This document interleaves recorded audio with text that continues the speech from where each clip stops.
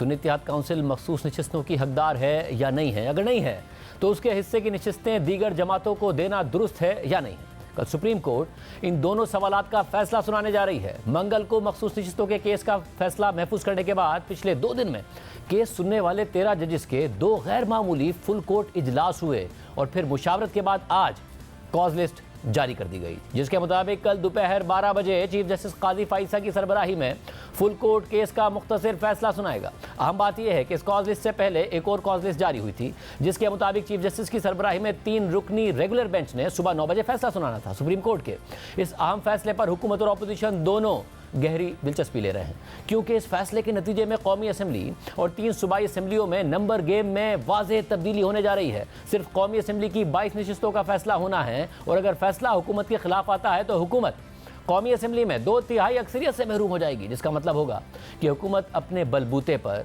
कोई भी आईनी तरमीम नहीं कर पाएगी। सुप्रीम कोर्ट का 13 रुकनी फुल कोर्ट इस केस को सुन रहा था, जिससे बराह रास्त नशर भी किया गया और अब कुछ घंटे बाद इसका फैसला सुना दिया जाएगा। वैसे तो ये इलेक्शन के बाद मिलने वाली मखसूस नशिस्तों का केस है, मगर ये तनाज़ा 8 फरवरी के इलेक्शन से पहले ही खड़ा हो गया था। पहले इंट्रा पार्टी इलेक्शन ना कराने पर इलेक्शन कमीशन ने तहरीक इंसाफ को बल्ले का इंतखाबी निशान नहीं दिया। इसके बाद सुप्रीम कोर्ट ने भी इलेक्शन कमीशन के फैसले को बरकरार रखा और फिर इसी हालत में 8 फरवरी के इंतखाबात हुए, जिसमें तहरीक इंसाफ के उम्मीदवारों ने आज़ाद हैसियत में हिस्सा लिया, मगर फिर भी कौमी असम्बली में सबसे ज़्यादा नशिस्तें हासिल कर ली। और क्योंकि मखसूस नशिस्तें आज़ाद उम्मीदवारों को नहीं बल्कि सियासी जमातों को मिलती हैं, तो इसलिए तहरीक इंसाफ ने मुशावरत के बाद अपने अराकीन को सुन्नी इत्तेहाद काउंसिल में शामिल करवा दिया। मगर वाज़ेह रहे कि सुन्नी इत्तेहाद काउंसिल ने इलेक्शन ही नहीं लड़ा था। खुद सुन्नी इत्तेहाद काउंसिल के सरबराह साहबजादा हामिद रजा भी आज़ाद हैसियत में रुकने कौमी असम्बली मुंतखब हुए थे और यही सूरत हाल मखसूस नशिस्तों के केस में तहरीक इंसाफ के खिलाफ चली गई। कौमी असम्बली में जीते हुए आज़ाद अरकान के तनासुब से तहरीक इंसाफ को ख़वातीन और अक़लियतों की 22 मखसूस नशिस्तें मिलनी थीं, जबकि पंजाब, खैबर पख्तूनख्वा और सिंध असम्बली में भी तहरीक इंसाफ मखसूस नशिस्तें लेना चाहती थी। मगर जब ये मामला इलेक्शन कमीशन पहुंचा तो इलेक्शन कमीशन ने कई समातों के बाद 4 मार्च को फैसला जारी करते हुए कहा कि सुन्नी इत्तेहाद काउंसिल ने ना इलेक्शन लड़ा है, ना ही कोई नशिस्त जीती है और ना ही अपनी मखसूस नशिस्तों की तरजीहाती लिस्ट जमा कराई है।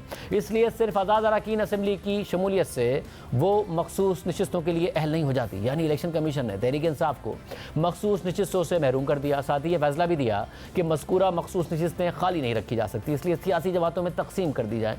इलेक्शन कमीशन के फैसले के मुताबिक आइन का आर्टिकल 51 इस हवाले से वाज़ेह है कि वो जमात जिसकी वफाकी असम्बली में नुमाइंदगी है, वो नशिस्तें जीतने के जरिए ही मखसूस नशिस्तों के लिए मुतनासिब नुमाइंदगी के निज़ाम के जरिए अहल तसव्वुर की जाएगी। मगर मौजूदा सूरत हाल में यह तस्लीम शुदा पोजीशन है कि सुन्नी इत्तेहाद काउंसिल एक रजिस्टर्ड सियासी जमात तो है जिसका अपना इंतखाबी निशान भी है, मगर इस जमात ने इलेक्शन में एक रजिस्टर्ड सियासी जमात के तौर पर हिस्सा नहीं लिया है।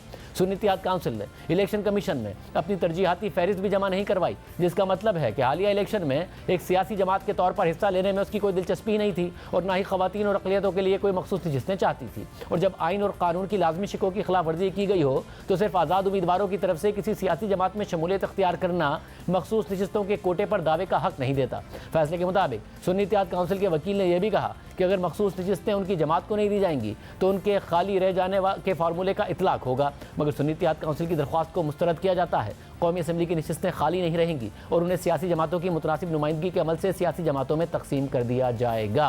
ताहम इलेक्शन कमीशन के एक रुकन ने सिर्फ इस नुक्ते से इख्तलाफ किया था कि बाकी बच जाने वाली मखसूस नशिस्तें भी सियासी जमातों में तकसीम कर दी जाएंगी। इस दौरान खुद तहरीक इंसाफ भी तस्लीम करने लगी कि दीगर ऑप्शंस के होते हुए सुन्नी इत्तेहाद काउंसिल में शमूलियत का फैसला गलत था।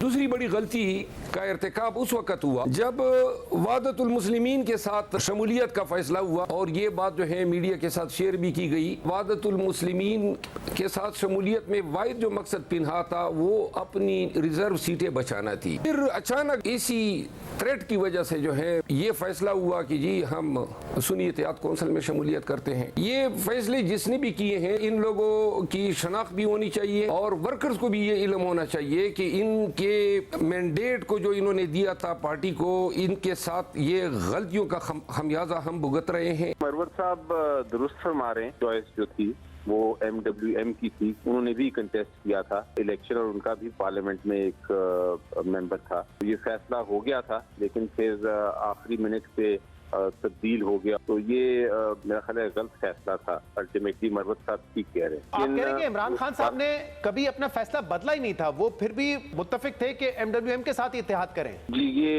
यही मुझे इल्म है। वही गलती वैसे आपके नज़दीक कहीं? बिल्कुल मैं एग्री कर रहा हूँ अली जफर साहब के साथ। हमें एक ऐसी पॉलिटिकल पार्टी के पास जाना चाहिए था जिनके मेंबर्स इलेक्ट हुए होते और उन्होंने लेटर लिखा होता अपना कोटा मांगने के लिए।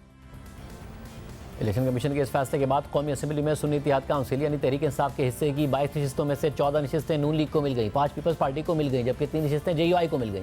जबकि सूबों में भी बच जाने वाली नशिस्तें सियासी जमातों में तकसीम कर दी गई और यूं कौमी असेंबली में हुक्मरान इत्तेहाद को 2/3 अक्सरियत हासिल हो गई। और कौमी असेंबली की वेबसाइट पर मौजूद अपडेटेड नंबर्स के मुताबिक मज़कूरा मखसूस नशिस्तों को मिलाने पर हुक्मरान इत्तेहाद के अरकान की तादाद 228 बनती है, जबकि 2/3 अक्सरियत के लिए 224 अरकान दरकार होते हैं। मगर फिर सुन्नी इत्तेहाद काउंसिल ने इलेक्शन कमीशन के फैसले को पेशावर हाई कोर्ट में चैलेंज कर दिया और पेशावर हाई कोर्ट ने इस केस में 2 दफ़ा सुन्नी इत्तेहाद काउंसिल को बुरी रिलीफ देते हुए हुक्म इम्तना जारी कर दिया और स्पीकर कौमी असेंबली को सुन्नी इत्तेहाद काउंसिल के हिस्से की मखसूस नशिस्तों पर हल्फ लेने से रोक दिया, जिस पर तहरीक इंसाफ पर उम्मीद हो गई कि अदालत का हतमी फैसला भी सुन्नी इत्तेहाद काउंसिल के हक में आ जाएगा।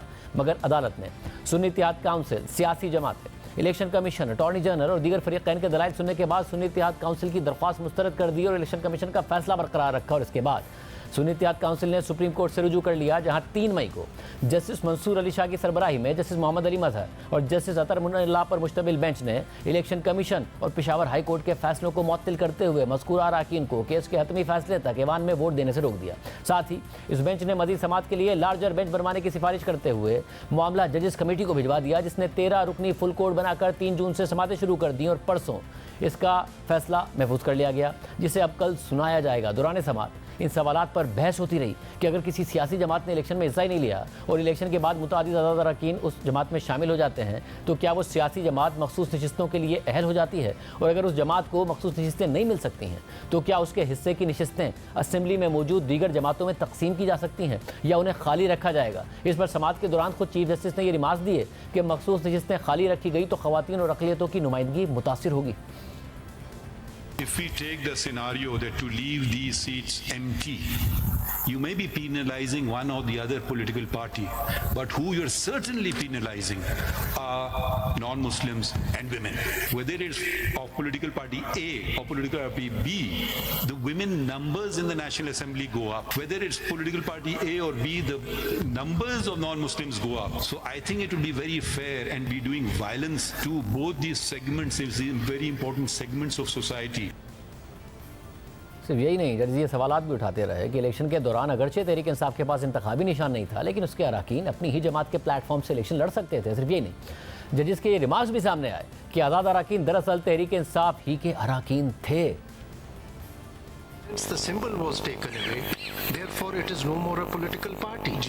But yet they recognize it as an enlisted political party. Yes. Now, as an enlisted political party, how does a party secure or win an election? Because the symbol, to my mind, is not relevant. Yes. So, a enlisted political party not necessarily has to have a common symbol to secure a general seat. Continue with the observations of my other distinguished colleagues, Justice Athar Manila, that PTI continued to exist after the decision, continues to exist today, continued to exist as a political party. Then why did these independents not join PTI? Simple.